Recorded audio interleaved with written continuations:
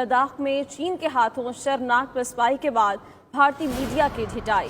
शिकस्त पर नादिम होने के बजाय भारतीय मीडिया ने पाकिस्तान के खिलाफ जहर उगलना शुरू कर दिया है। भारतीय मीडिया ने army chief general Qamar Javed Bajwa के खिलाफ प्रोपेगेंडा शुरू कर दिया है। चीनी फौज के दलेराना इकदाम पर भारतीय मीडिया और मोदी सरकार को सांप सूंघ गया। चीन को जवाब देने की बजाय भारतीय मीडिया गुस्सा पाकिस्तान पर निकालने लगा। लद्दाख में चीन के हाथों शर्मनाक पसपाई के बाद भारतीय मीडिया की ढिठाई और चीनी फौजियों के हाथों भारतीय फौज की दुर्गत बनने के बाद भारतीय मीडिया को चीन के सामने सांप सूंघ गया। हस्बे रिवायत ढिठाई का मुजाहिरा करते हुए भारतीय मीडिया ने पाकिस्तान और आर्मी चीफ कमर जावेद बाजवा के खिलाफ प्रोपेगेंडा शुरू कर दिया। दूसरी जानिब भारतीय फौज की लद्दाख में चीन के हाथों रुसवाई का चर्चा आज भी सोशल मीडिया पर छाया रहा।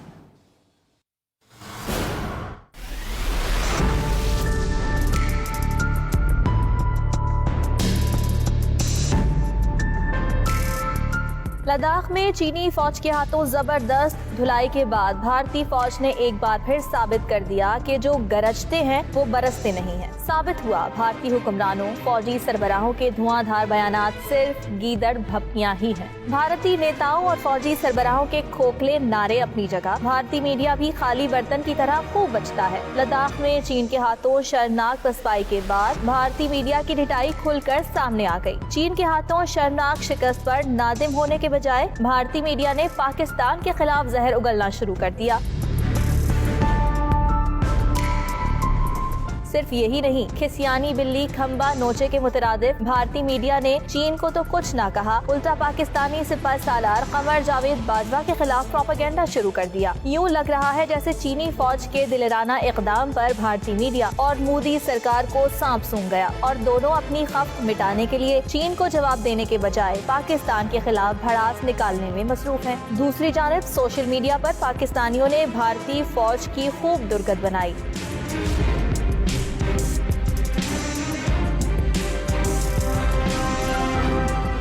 लद्दाख आज भी सोशल मीडिया पर टॉप ट्रेंड करता रहा। भारतीय फौज का एक बैनर सोशल मीडिया पर खूब वायरल हो रहा है, जिसमें भारतीय फौज हाथों में बैनर उठाकर चीनी फौज से इलाका छोड़ने की दरखास्त करते दिखाई दे रहे हैं। एक शहरी ने लिखा है, भारत को बॉलीवुड अदाकारों पर मुश्तमिल स्पेशल रिजर्व फोर्स को लद्दाख भेजना चाहिए। लद्दाख के शोर में भारतीय पायलट अभिनंदन की गूंज भी सुनाई देती रही। एक नौजवान ने भारतीय ताबूत की तस्वीर शेयर की, जिसे नेपाल, पाकिस्तान और चीन उठाकर कब्रिस्तान ले जा रहे हैं। नाज़रीन, रिपोर्ट आप देख चुके हैं। इसी पर मजीद बात करने के लिए हमें ज्वाइन किया है दिफाई तजियाकार lieutenant general retired Amjad Shoaib साहब ने और ब्रिगेडियर रिटायर्ड एजाज अवान और ब्रिगेडियर रिटायर्ड गजनफर अली साहब ने हमें ज्वाइन किया। सबसे पहले बात करेंगे अमजद शुएब साहब से। जनरल साहब, बहुत शुक्रिया आपके वक्त का। जनरल साहब, लद्दाख में चीनी फौज के हाथों शर्मनाक पसपाई के बाद भारतीय मीडिया ढिठाई पर उतर आया है। पाकिस्तान को मुर्दे इल्जाम समझने की इस वक्त साजिश की जा रही है, क्या कहेंगे आप इस पर? देखिए, ये जो वाक़या हुआ ये 5 मई को हुआ और आज दिन तक चाइनीज ने अपनी वहाँ पे स्ट्रेंथ लद्दाख में बढ़ाई। तकरीबन महीना होने को है, लेकिन सांप सूंघा हुआ है वहाँ पे। उसके बारे में लद्दाख में जो कुछ हुआ या हो रहा है उसके बारे में कतन भारतीय मीडिया कोई बात नहीं करता।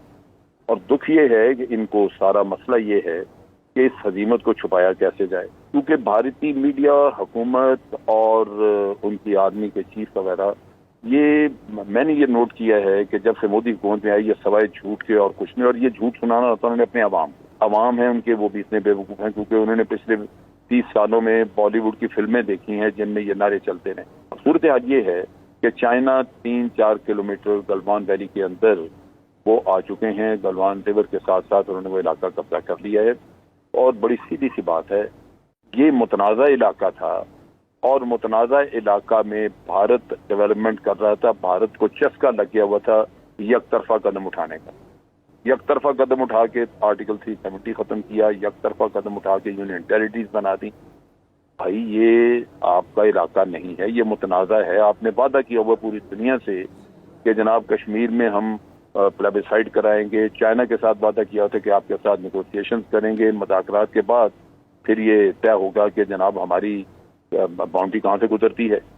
तो मोदी को ये एक लत लग गई थी कि एक तरफा कदम उठाना। झूठ बोलने वाले chief of army staff Bipin Rawat वो भी कहते रहे कि जनाब हम तो 2 तरफा जंग चाइना और पाकिस्तान के खिलाफ इकट्ठी लड़ने के लिए तैयार हैं। आज किधर है ये लोग?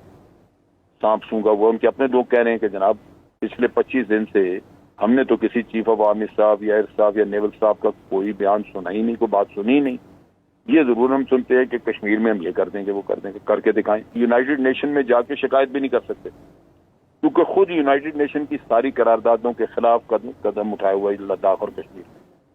मुतनाज़ा इलाके में आपने प्लेरिसाइड कराना था, आपने उसको यूनियन टेरिटरी बना के कब्जा कर लिया। किस मुंह से जाएंगे वहां? जाए यूनाइटेड नेशन के जी चाइना ने लद्दाख पे कब्जा कर लिया है, तो चाइना इनको आईना दिखाएगा। ठीक है अमजद शेख साहब, साथ ही रहेगा ब्रिगेडियर रिटायर्ड एजाज अवान साहब हमारे साथ मौजूद हैं, उनसे मजीद बात करेंगे।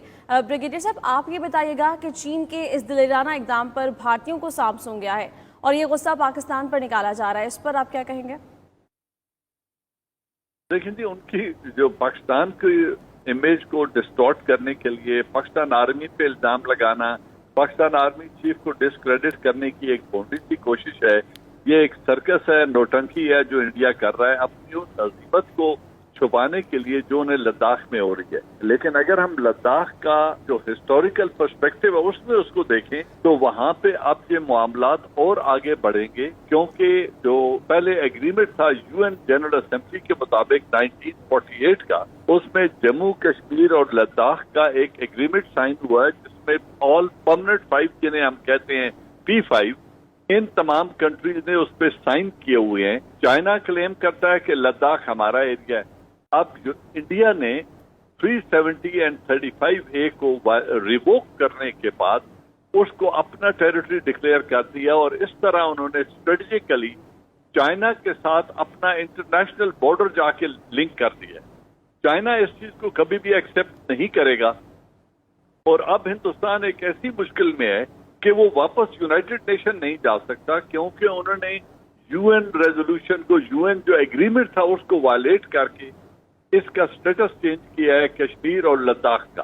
चाइना ने पेशकदमी करते हुए लद्दाख पे अपना क्लेम असर्ट किया अपने आप को और क्लेम जताया है फिजिकली। एक सिपाही से लेके पाकिस्तान आर्मी चीफ तक कोई भी शख्स कश्मीर के स्टेटस पे उसका जो एक इंटरनेशनल हल तलब डिस्प्यूट होने के ऊपर न कोई समझौता कर सकता है, न आइंदा करेगा। इसका हल हुआ तो या ताकत से होगा और या फिर यूएन रेजोल्यूशन के तहत होगा। एजाज अवान साहब साथ ही रहिएगा, ब्रिगेडियर रिटायर्ड गजनफर अली साहब को भी शामिल गुफ्तगू कर लेते हैं। गजनफर अली साहब, भारत ने कई महाज खोल रखे हैं, अंदरूनी बगावत का भी सामना है, मकबूजा कश्मीर में भी तशद्दुद रवा रखा हुआ है, पाकिस्तान के साथ LOC पर सीजफायर फायदे की खिलाफ वर्जियां भी जारी हैं और अब चीन के साथ लद्दाख में ये महाज खोल लिया है। भारत के इरादे मुस्तकबिल में लग क्या रहे हैं आपको? लद्दाख में भारत की पिसपाई हो, चाइना के हाथों पिसपाई हो और निशाना आर्मी की पाकिस्तान बना जाए, तो उससे क्या इंडियन मीडिया का, इंडिया की जो दहशतगर्द लीडरशिप है, वो जो शरनुमा मूजी है, उसकी जो डायरेक्शंस हैं मीडिया को, और उसके ऊपर जो पीछे जो रिपब्लिक और टाइम्स नाउ सिस्टम के जो चैनल खड़े हुए हैं, जिनको फीड करता है, जिनको ट्रेन करता है, जिनको इक्विप करता है रॉ, उसकी पागलपन का, उनकी हाई हैंडेडनेस का, उनकी जो है ये लफ्जी दहशतगर्दी जो है, ये ब्रॉडकास्टिंग की जो दहशतगर्दी है, इसका चेहरा सामने नहीं आ जाता। अब इंडिया के अंदर इंडिया का फॉरेन मिनिस्टर खुद कह चुका है, जयशंकर, कि चाइना और इंडिया के दरमियान जो रिलेशनशिप है, उसने कहा कि it is an extra ordinary complex relationship. तो क्यों कॉम्प्लेक्स रिलेशनशिप है?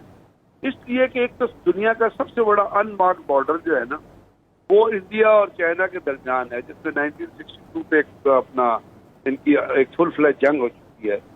और उसके बाद से लेके अभी 5 मई को इन्होंने वो पैंगोंग तसाऊ लेक है लद्दाख में, वहाँ पे इंडियन मिलिट्री पेट्रोल जो इंडिया की टेरिटरी के अंदर घुस गया, वहाँ पे इनका क्रैश हुआ, चाइनीज ने इनको मार के भगाया।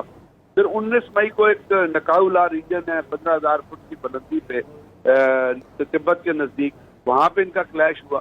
तो ये जो अपना इंडिया की जो हेजीमोनिक डिजाइन, ये सिर्फ इंडियन टेलीविजन चैनल को डायरेक्ट करती है उनकी दहशतगर्द लीडरशिप।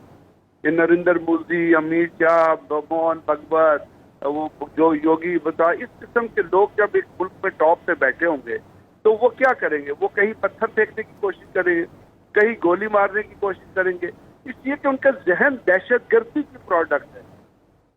यानी इंडिया वो जो मकबूजा कश्मीर में जुल्म तशद्दुद रवा रखे हुए है, चीन के सामने उसको सांप सूंघ गया।